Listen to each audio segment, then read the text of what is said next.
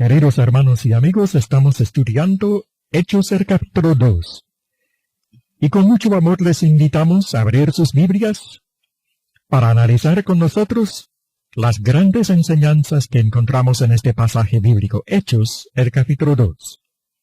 Aquí aprendemos cómo fue establecida la iglesia en el día de Pentecostés y aprendemos cómo los apóstoles recibieron el bautismo del Espíritu Santo, las señales del Espíritu, los prodigios que se vieron en aquel día de Pentecostés, etc. Y aprendemos cómo salvarnos, que es por medio del arrepentimiento y el bautismo para el perdón de los pecados, según el 2:38, que este es el mensaje más importante de todo el capítulo, cómo nosotros los seres humanos llegar a tener la salvación. En el estudio de Hechos del capítulo 2, hemos llegado hasta el versículo 15, donde dice, porque estos no están ebrios, hermano santos. Los que reciben al Espíritu Santo se comportan como unos ebrios. Definitivamente no, hermano. Habría que preguntar cómo se comporta un ebrio. Por decir cosas incoherentes, en muchos casos se tambalean, alteran la paz, son desordenados, tienen unas características que son totalmente opuestas a la palabra y la voluntad de Dios de cómo se debe comportar un ser humano que está hecho a imagen y semejanza suya. Por lo tanto, una persona que tiene el Espíritu Santo no puede comportarse como un ebrio, sino por el contrario, debe dar los frutos del Espíritu, porque la borrachera se condena y dice que los ebrios, los borrachos, no entrarán al reino de los cielos. Por lo tanto, es una contradicción crasa decir que los cristianos del primer siglo o los apóstoles se comportaban como si estuvieran ebrios.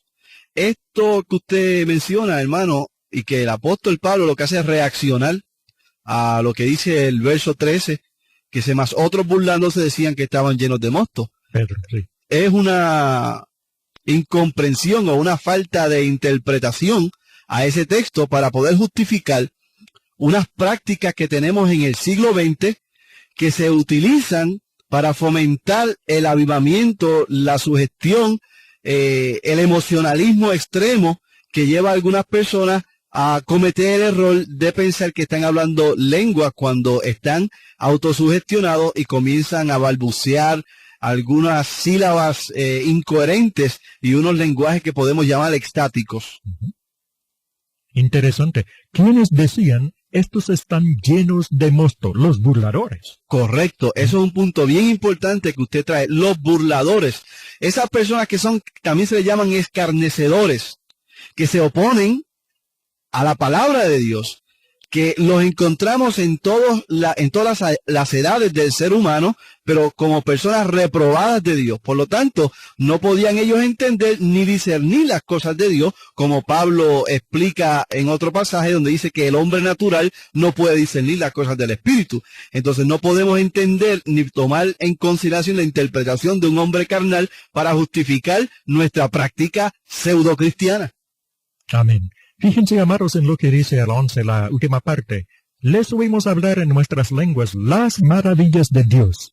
Los apóstoles no hablaban como unos ebrios, ni se portaban así, estaban predicando.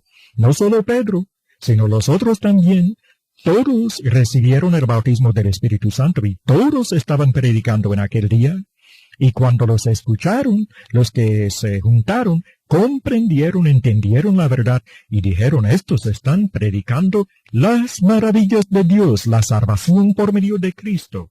Y cuando algunos comenzaron a burlarse, es entonces que Pedro se pone en pie con los 11 y alza la voz y dice, varones judíos y todos los que habitáis en Jerusalén, esto os sea notorio y oíd mis palabras, porque estos no están ebrios, como vosotros suponéis, puesto que es la hora tercera del día, las 9 de la mañana, mas esto es lo dicho por el profeta Joel.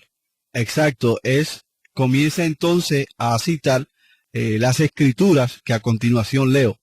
Y en los postreros días, dice Dios, derramaré de mi espíritu sobre toda carne, y vuestros hijos y vuestras hijas profetizarán, vuestros jóvenes verán visiones, y vuestros ancianos soñarán sueños.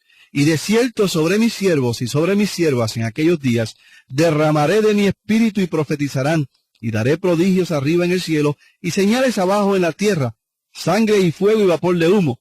El sol se convertirá en tinieblas y la luna en sangre, antes que venga el día del Señor grande y manifiesto. Y todo aquel que invocare el nombre del Señor será salvo.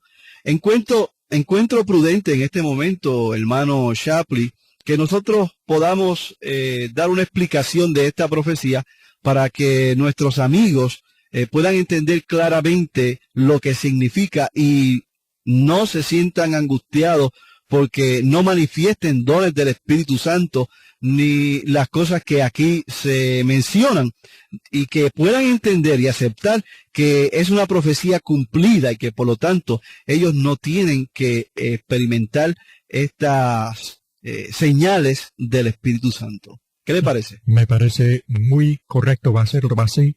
Usted ha dicho, hermano, que se trata de una profecía cumplida. Correcto. Así es, cumplida. Cierto. ¿Y cómo lo sabemos? Por lo que dice el mismo Pedro por el Espíritu en el día de Pentecostés, él dice, esto que está pasando, esto es lo dicho por el profeta Joel. Amados oyentes, esta verdad es sumamente importante para nuestro entendimiento, para la interpretación correcta de la profecía que se encuentra en Joel, el capítulo 2, sobre el Espíritu Santo, profecía que se repite en este libro de los Hechos, el capítulo 2. Dice Pedro por el Espíritu Santo que recibió en aquel día de Pentecostés, esto que está pasando. Nosotros los apóstoles recibimos estas señales, lenguas repartidas como de fuego, se escuchó estruendo como de un viento recio. Ahora estamos proclamando las maravillas de Dios por medio del Espíritu, y todo esto es lo dicho por el profeta Joel. O sea, amados, esa profecía de Joel no tendría su cumplimiento en estos días del siglo XX, sino que tuvo su cumplimiento en el primer siglo, comenzando en el día de Pentecostés. Aquellos eran los postreros días. Estamos en lo correcto, hermano Santos, al decir que aquellos eran los postreros días. ¿Postreros días de qué, hermano? Bueno, me parece que del estado político de Israel. Y también de el sacerdocio levítico. También. Los postreros días. Estos no. ¿Por qué se aplica este pasaje a los días que estamos viviendo? Es como dije antes, es una idea preconcebida. O sea, vamos a las Escrituras para explicar y justificar una práctica que ya queremos, que nos gusta hacer, aunque contradiga las Escrituras. Es interesante notar que los dones del Espíritu Santo, claro, los verdaderos que aparecen en las Escrituras, no se repiten en la historia, sino hasta las últimas décadas del siglo pasado, y comienzan con fuerza a principios de este siglo. Sin embargo, entendemos por las Escrituras que son dones falsificados, como luego iremos explicando más adelante. Pero es interesante notar que no aparece en ninguna parte de la historia tal cosa. Por lo tanto, si en aquellos días, hace casi 2000 años, Pedro dice que aquellos eran los postreros días, no podemos decir que estos también son los postreros días de los cuales habla la Biblia, porque hay un lapso enorme de siglos para que entonces pueda justificar que estos son los postreros días de los cuales habla esa profecía de Joel. Lamentablemente, entre muchos estudiantes de la Biblia no hay ese conocimiento, no comprenden que los postreros días eran aquellos del tiempo del primer siglo, cuando ya iba llegando a su fin el imperio de Israel. Que cuando cayó el imperio de Israel, bueno, en términos de una entidad política, llegó a su fin prácticamente con la guerra romana judía de los años 67 a 70, que la ciudad de Jerusalén fue destruida casi en su totalidad. El pueblo judío fue también prácticamente eliminado mediante esa guerra terrible de aquellos años, del 67 del 67 al 70. ¿De qué siglo? Del primer siglo, amados. Y el templo fue destruido. Y ya, bueno, el Antiguo Testamento había sido clavado en la cruz, así que fíjense, aquellos días eran los postreros para el pueblo de Israel. Es significativo el cumplimiento de la profecía de nuestro Señor Jesús cuando está en el templo. Dice, usted ve todo este templo, no quedará piedra sobre piedra. Y 30 años después, más o menos, se cumple esa profecía. Jesús lo que había estado enseñando era que el tiempo de la nación judía como pueblo de Dios estaba desapareciendo, que se estaba acercando el reino de Dios, el verdadero reino, el espiritual, que es ahora mismo, pues, la iglesia. Muy bien. Quisiera referirme, amados, a Isaías el capítulo 2, texto profético del Antiguo Testamento, donde también encontramos una frase semejante a la del libro de los Hechos sobre los postreros días. Sin lugar a dudas, en Isaías el capítulo 2, el 2 y hasta el 4, se trata de un texto profético sobre el establecimiento de la iglesia y dice, acontecerá en lo postrero de los tiempos. ¿A qué tiempo se refiere? No a los días poco antes de la segunda venida de Cristo. Este texto nada tiene que ver con el llamado reinado milenial, nada tiene que ver con los tiempos que estamos viviendo, sino más bien con los últimos días del imperio de Israel.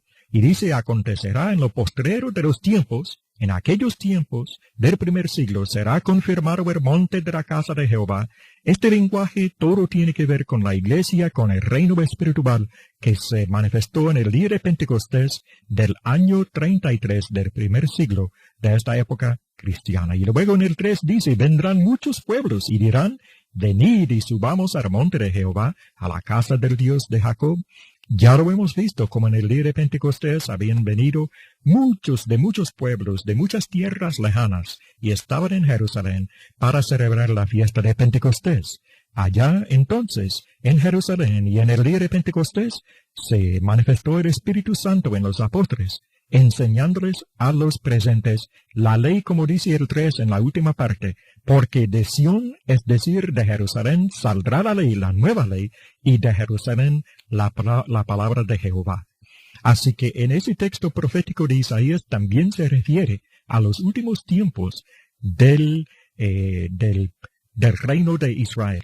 Volviendo a Hechos, el capítulo 2 dice, en el versículo 17, y en los postreros días dice, derramaré de mi espíritu sobre toda carne. Toda carne, hermanos santos. Claro, en el Antiguo Testamento, en los tiempos de la ley, hubo muchos hombres sobre quienes se derramó el Espíritu Santo. Eran parte del pueblo de Dios, pero no a todo el pueblo de Dios se derramó el Espíritu Santo, sino a una gente escogida, que le llamaban los profetas. A los profetas, que eran hombres de gente escogida, Dios derramaba su espíritu sobre ellos. Pero ya en el nuevo tiempo, en la nueva dispensación, en el reino establecido por Jesús, del cual es Rey y Señor, todos los miembros de ese cuerpo iban a recibir el Espíritu Santo. Por eso dice, toda carne, no solamente un grupito de hombres seleccionados, sino todos los miembros de ese pueblo. Todos quiere decir que todos los miembros de la iglesia reciben al Espíritu Santo por medio de recibir algún don sobrenatural, por medio de hablar lenguas, otros idiomas, etc. Bueno, los miembros de la iglesia, todos reciben el Espíritu Santo y damos gloria a Dios por eso. Amén. Pero no todos hablan lenguas, o no todos hablaron profecías, o no todos discernieron lenguas ni espíritus, sino que eso fue seleccionado para algunas personas. Y eso lo dice claramente Pablo en la 1 de Corintios, el capítulo 12, donde él pregunta, ¿hablan todos lenguas? No. ¿Profetizan todos? No. Son preguntas retóricas. La contestación es que no todos. No todos de la iglesia primitiva recibieron dones sobrenaturales. Sí, amados, y esto es sumamente importante, todo cristiano recibe el don del Espíritu, tema en que vamos a abundar, según Hechos 2:38. Si usted se arrepiente y se bautiza, recibe el perdón de pecados y recibe el don del Espíritu Santo, no necesariamente algún don sobrenatural, que hay que distinguir entre esta clase de manifestación del Espíritu a través de dones sobrenaturales y el don o el poder que recibimos todos los creyentes en Cristo. Dice, derramaré de mi Espíritu sobre toda carne. Quisiera decir entre paréntesis que también toda carne no necesariamente significa todo individuo, todo hombre y toda mujer. Esta frase bíblicamente sencillamente quiere decir gentiles y judíos. Se usaba la frase toda carne en el Antiguo Testamento de esta manera, para abarcar no solo a los judíos, sino también a los gentiles. Es decir, también se puede interpretar de esta manera. Se quiere decir proféticamente que el Espíritu Santo, no solo los judíos iban a recibirlo, sino también los gentiles, cosa que sucedió. Lo que le queremos decir, amado escucha, es que unos líderes en la iglesia no son los que tienen el monopolio del Espíritu Santo, Amén. sino que todo miembro de la iglesia tiene el Espíritu Santo. Bien dicho. Y que no todos iban a hablar lenguas. Y que no todos iban a profetizar, pero todos iban a recibir el Espíritu Santo. Por lo tanto, lo que queremos es que usted entre en la verdad, en el conocimiento de la verdad, que usted pueda disfrutar de la realidad de ser hijo de Dios sin ningún temor, sin ninguna angustia, porque no habla lenguas o no manifiesta un don sobrenatural.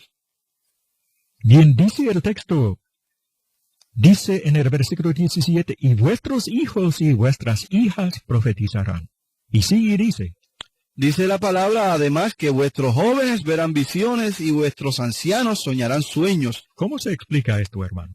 Bueno, tenemos que tomar en consideración nuevamente la historia. Y es que en el Antiguo Testamento, o sea, en el pueblo judío, no tan solamente en el Antiguo Testamento, porque esto, aún en la iglesia se hacía esa diferencia entre hombre y mujer. Pero la importancia de esto era que tanto las damas, las hermanas, las mujeres, también iban a recibir dones del Espíritu Santo para que pudiérase hacer el trabajo que Dios había encargado a la iglesia.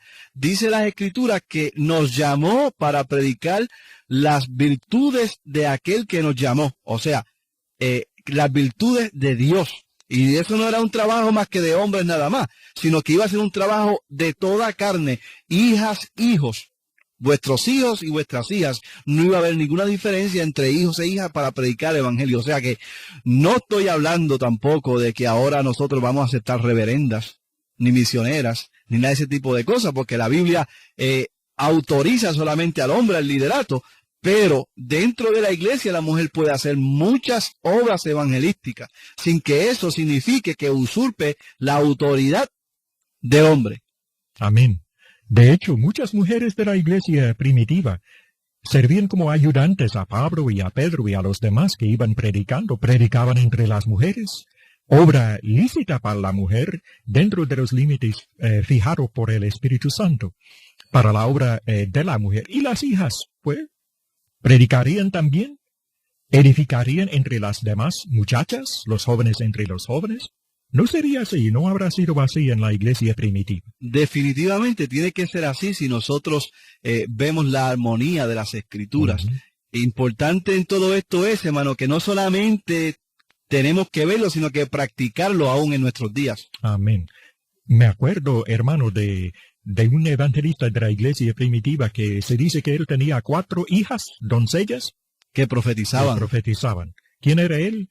Felipe. En Hechos, el capítulo 21, el versículo 9, que tenía 4 hijas, doncellas que profetizaban. Lo interesante de ese caso es que, aunque Pablo vino donde este evangelista, ¿verdad? Y había un mensaje de parte del Espíritu Santo para Pablo. Pero las hijas doncellas de Felipe no le trajeron ese mensaje a Pablo, sino que otro profeta de Dios. Bien, dice también, y de cierto sobre mis siervos y sobre mis siervas en aquellos días derramaré de mi espíritu y profetizarán. Más abajo dice sobre prodigios y señales. como dice, hermano. Correcto. Y daré prodigios arriba en el cielo y señales abajo en la tierra. El sol se convertirá en tinieblas y la luna en sangre antes que venga el día del Señor grande y manifiesto. Este texto se considera muy difícil y de hecho lo encontramos entre los pasajes más debatidos de la Biblia. Daré prodigios arriba en el cielo y señales abajo en la tierra, sangre, fuego y vapor de humo. ¿Qué dice Pedro? ¿Cuándo tendría esta profecía su cumplimiento? ¿Se acuerdan, amados, que más arriba dice claramente? Dice Pedro por el Espíritu, esto es lo dicho por el profeta Joel. Los acontecimientos del día de Pentecostés. Entre aquellos acontecimientos en las manifestaciones del Espíritu por medio del viento, del estruendo, como de un viento recio que soplaba. ¿De dónde vino esa señal? Del cielo. Y esas lenguas repartidas como de fuego, también una manifestación celestial del poder del Espíritu, etc. Así que en aquel día de Pentecostés ya esta profecía estaba teniendo su cumplimiento.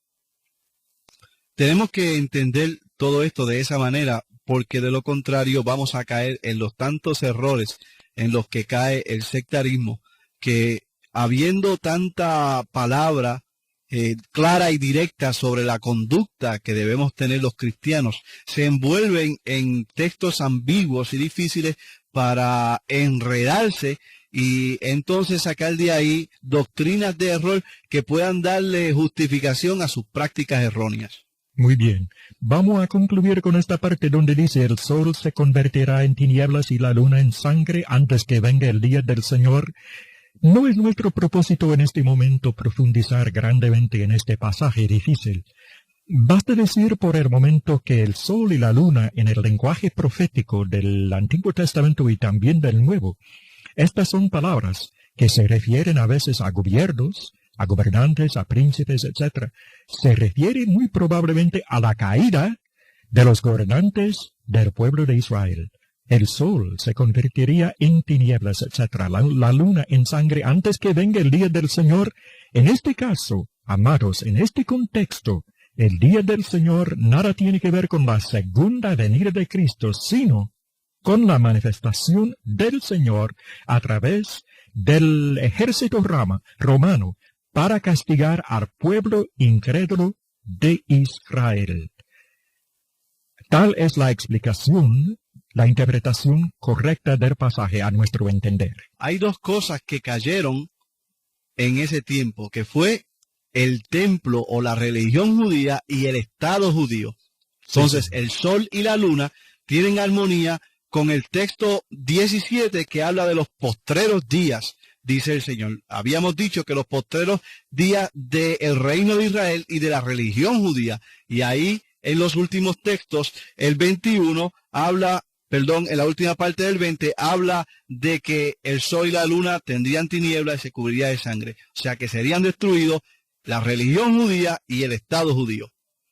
El 21 dice, todo aquel que invocare el nombre del Señor será salvo. ¿Quiere salvarse? Hay que invocar el nombre del Señor y hay que hacer más, arrepentirse y bautizarse. Gracias, amados, por haber participado con nosotros en este estudio.